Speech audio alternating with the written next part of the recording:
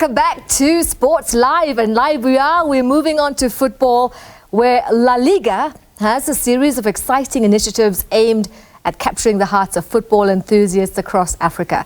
Now, this ongoing commitment is to nurture grassroots football, and it has expanded the La Liga Camps to KwaZulu-Natal, which recently completed a camp in Newcastle. To speak more about these initiatives, we're joined in studio by La Liga Africa MD Tresor Penku. Tresor, welcome to the show.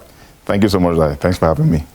You come from Cameroon. There's always a backstory with Cameroon, the indomitable Lions, and how well you've dominated football all over the world. What is the backstory for you being part of this La Liga initiative? Well, I've always loved sports. I mean, in football, the whole of my life has always been in football, in sports, in training. So my background in my studies, did my studies in marketing, masters in sport management, worked in different academies and sports, in sports marketing projects. And also before, I was La Liga delegate in Cameroon, Central Africa, where I covered Cameroon, Gabon, Equatorial Guinea, the Congos, and all of that, where I've been for 5 years now. And here I am today in this new role, and it's amazing to be here. It is amazing indeed to have a La Liga interested in the African continent. Can you give us the strategy and the reasons or the brains behind it? Well, we are really, we aim at engaging, with the local communities. We aim at getting closer to our fans all over the world, especially here in Africa. So we have several projects, several delegates along the continent. Right now we have 7 delegates in the continent, plus our office here in South Africa. We have delegates in Nigeria, in Ivory Coast, in Angola, in Tanzania, in Kenya, covering close to 28 countries, more or less, because each delegate covers like 2 or 3 or 4 countries.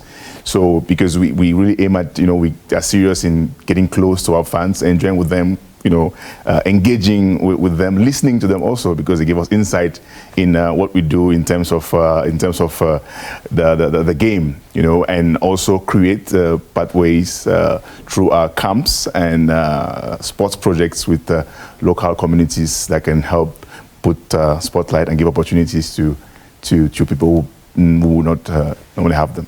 Well, speaking of which, there's been quite a lot of buzz around the camp you just had in KwaZulu-Natal. Can you give us the inside scoop on what went down there, what happened, were there parents involved?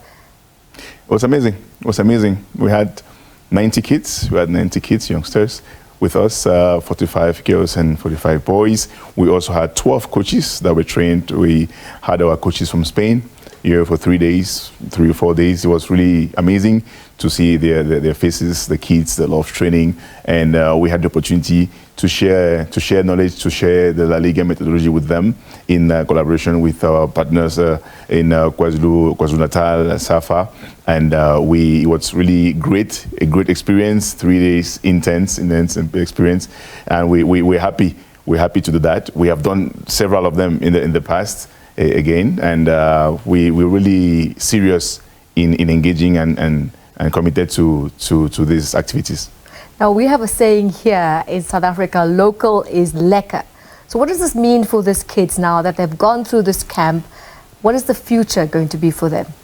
So now we have, after these camps, we also share knowledge with coaches, which is important, because at the end of the day, that's a transfer of knowledge that could permit maybe extend some training methodology with the youngsters, with the kids, and also we have apart from the camps we had at KwaZulu-Natal. I don't know if you're aware. We inform you about a program that we are doing right now with our partner EA Sports, through which we have been able to give opportunities to 8 young girls to stay 1 year in Spain, scholarship, where they'll be going through international school, while they hone, they fine-tune their talents in a La Liga Academy in Madrid. So for us, these kind of projects are amazing, because we have 8 young girls, 2 from South Africa, 3 from Zambia, 1 from Tanzania, and 2 from Nigeria, through this program, and they're having a good time. All of them right now are in Madrid as we speak, and we really hope, to put them in the spotlight in terms of developing their talents, and who knows what can come out of there. That's an opportunity, a once-in-a-lifetime opportunity. Spain winning the Women's World Cup, bar the scandal that we've had surrounding that. We're not going to focus on that, but we want to talk about this experience now for the girls there. Great that they're going to be there for a year.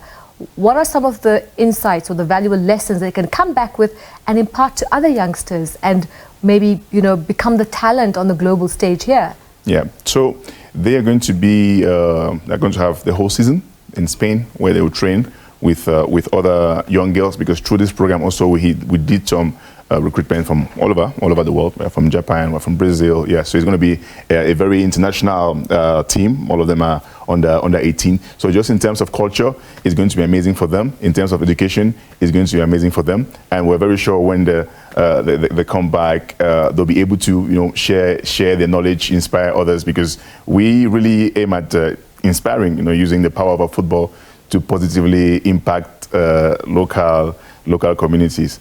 And I'll just add one more stuff after the league. Yeah. We actually we created a league in Cameroon, called La Ligue d'Égalité. So this is a league that started in 2000, like 2 years ago. We're at the third edition today, and because in this project, or this is an expansion through Africa, you know, really being serious in engaging with local communities, we found out that there were actually not very many opportunities for young girls under 15, under 13 who wanted to play football. So we said, why don't we create a league for these young girls? The first year we had 180 young girls in the league. What? Yeah. And the second edition, guess what? We had 600. What? 600. So many. You see that the football, many really young girls really want to play football. They needed this platform, and we're really, you know, at the league, we're proud to see this amount of girls who came in. So right now the league has 300 girls in the league playing, then more than 250 who are under 12 preparing themselves to get into the league, because we have two sections, two categories, under 15 and under 13. So all of those programs for us are very important, and we're really serious in, you know, in pushing and in going further. That's incredible. La Liga is really putting their money where their mouth is. Now, will that translate here in South Africa as well? Hopefully. You know, it's all about detecting the opportunities and doing what is in our hands, what we're capable of, to actually make things happen. So hopefully very soon we could be talking about that, yeah. Now, to all the young talent watching you who are sitting at home dreaming big, what advice would you give to them? Believe in your dreams. Believe in your dreams. They say your place is where your dreams are. Dream big dreams.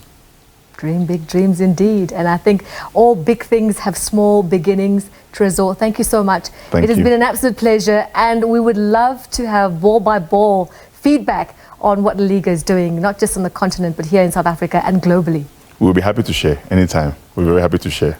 Thank you so much. Well, we're happy to have you, happy to talk about the continent and bringing football, as always, which you know how we are. We are passionate football fans here in Mzansi, and to have La Liga imparting their wisdom, their knowledge, and also taking some of our Mzansi passion to La Liga out in Spain will be incredible. You know, when the two collide, great things can happen.